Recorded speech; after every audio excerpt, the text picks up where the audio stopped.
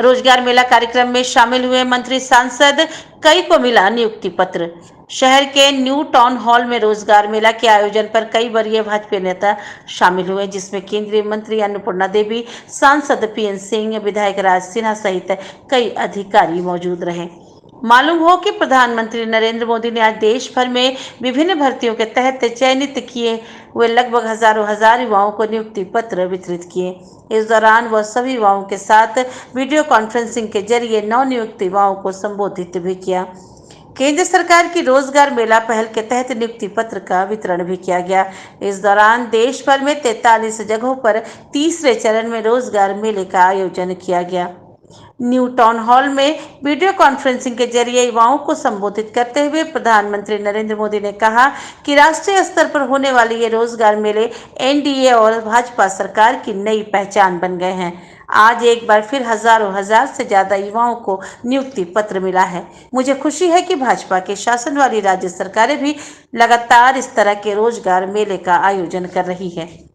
वहीं आपको बता दें कि रोजगार मेले के तहत केंद्र सरकार के विभिन्न विभागों के समेत राज्यों और केंद्र शासित प्रदेशों में भर्तियां भी की जा रही हैं। वित्तीय सेवा विभाग, डाक विभाग, स्कूल शिक्षा विभाग, उच्च शिक्षा विभाग, रक्षा मंत्रालय, राजस्व विभाग, स्वास्थ्य मंत्रालय एवं परिवार कल्याण, गृह मंत्रालय समेत कई विभागों में नई भर्ती की गई है। इन युवाओं को आज पीएम मोदी उनके नियुक्ति पत्र सौंपेंगे। पिछले वर्ष अक्टूबर में यह अभियान शुरू किया गया था। पिछले वर्ष 22 अक्टूबर को लगभग 10 लाख युवाओं को सरकारी नौकरी देने के अभियान की शुरुआत की गई थी। अब तक कई चरणों में युवाओं को सरकारी नौकरी की नियुक्ति पत्र सौंपी जा चुकी है। धनबाद से नीरज कुमार की रिपोर्ट। हम इसीलिए पूछ रहे थे, आपको पता है कि आपको बात बोल सकते तो उस पर हम ये चाहेंगे कि राज्य सरकार से आपका इस प्रकार का आज तो सबसे पहले आदरणीय प्रधानमंत्री जी के प्रति आभार व्यक्त करते हैं कि उन्होंने जो घोषणा किया था देश भर के 10 लाख नवयुवकों को सरकारी नौकरी देने की, इसी के रोजगार मेला के माध्यम से नियुक्ति पत्र देने की आज 6ठा संस्करण है और जिसमें आज 70,000 से ज़्यादा युवाओं को सरकारी नौकरी, सरकारी नियुक्ति पत्र उन लोगों को मिला। तो इसके लिए नियुक्ति पत्र पाने वाले सभी बच्चों को, सभी अभ्यर्थियों को हम अपनी ओर से शुभकामना देते हैं। नए जीवन की शुरुआत वो कर रहे हैं और जिस तरह आदरणीय प्रधानमंत्री जी ने कहा कि वो देश के ये अमृत काल चल रहा है, देश जब शताब्दी वर्ष मनाएगा तो इन युवाओं का की जो सोच है, इन युवाओं के अंदर जो काम करने की क्षमता है, इच्छा शक्ति है, उसका लाभ देश को मिलेगा। तो हम आपके माध्यम से भी युवाओं से ये कहना चाहेंगे कि आप ये सिर्फ एक नियुक्ति पत्र नहीं बल्कि आपके लिए बहुत ही अच्छा अवसर है, काम करने का एक सुनहरा अवसर है कि अमृत काल के अवसर पर आपको नियुक्ति पत्र मिली है और देश के लिए काम करने का इससे अच्छा और कोई अवसर नहीं हो सकता है। इसलिए अपना पूरा एफर्ट, पूरा ईमानदारी के साथ आप लगाएं ताकि देश जो तरक्की कर रहा है, उन्नति कर रहा है, उसमें आपकी भी अहम भागीदारी हो। और आज भारत जिस तरह से विश्व के पटल पर भारत चमकता सितारा है, आने वाले समय में भी आप सबके सहयोग से और भारत प्रगति करे, तरक्की करे, ये आप सबसे आग्रह करेंगे। जम्मू कांग्रेस का आरोप है कि 2 करोड़ प्रति साल रोजगार देने का वादा किया सरकार ने, अब वो सिर्फ 1 साल में 10 लाख की बात कर रही है, तो ऐसे कैसे चल सकता है?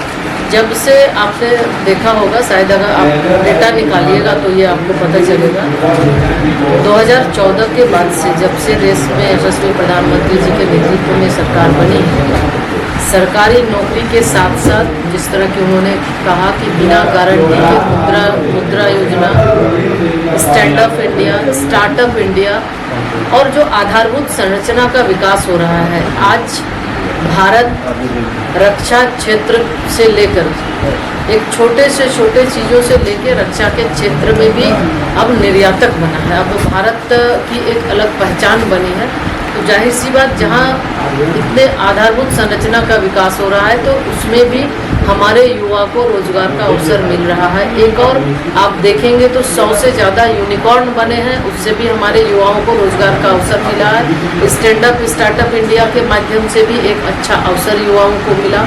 मुद्रा लोन के माध्यम से, बिना गारंटी मुद्रा लोन के माध्यम से भी एक अच्छा अवसर मिला।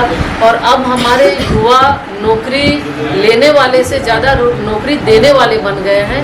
तो जब देश के अंदर चहुमुखी विकास होगा, जब आधारभूत संरचना का विकास हो रहा है, तो उसमें हर एक सेक्टर में, जिस तरह अभी ऑटोमोबाइल के बारे में भी आदरणीय प्रधानमंत्री जी ने कहा, विश्व स्तर की बड़ी बड़ी कंपनियां, नामी गिरामी कंपनियां अब यहाँ पर अपना सेटअप स्थापित कर रही है।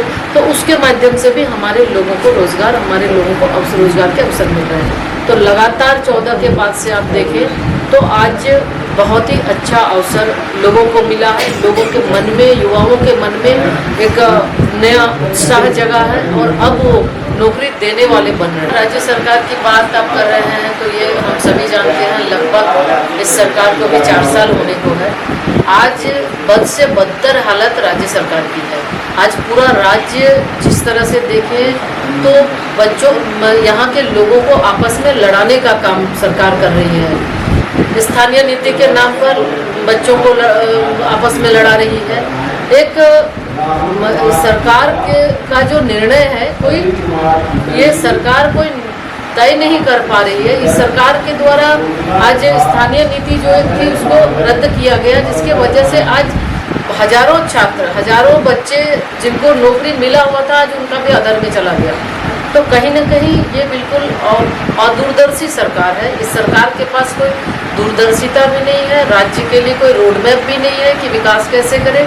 ये सिर्फ और सिर्फ अपना विकास के लिए कहीं ना कहीं लगता है ये सरकार बनी है। और इसमें प्रत्यक्ष को प्रमाण की आवश्यकता नहीं है, क्योंकि आप ये देख ही रहे, आप लोगों के माध्यम से भी, मीडिया, सोशल मीडिया के माध्यम से हम देख रहे हैं कि किस तरह से मुख्यमंत्री हों, मुख्यमंत्री के शागिर्द हों, इस शासन में, इस राज्य में जो वहाँ उनके मंत्री हों, अधिकारी हों, बिल्कुल बेखौफ होकर, कोई डर नहीं, भय नहीं, राज्य को लूटने में, राज्य को बर्बाद करने में थोड़ा भी कोर कसर नहीं छोड़ रहे। तो निश्चित तौर पे लोग पछता रहे हैं। आज झारखंड की स्थिति, आज आपने देखा 2 दिन पहले 60-40 को लेके यहाँ के युवा रोड पे हैं, यानी कि हर एक चीज़ों में रोड पे युवाओं को लाके खड़ा कर दिया।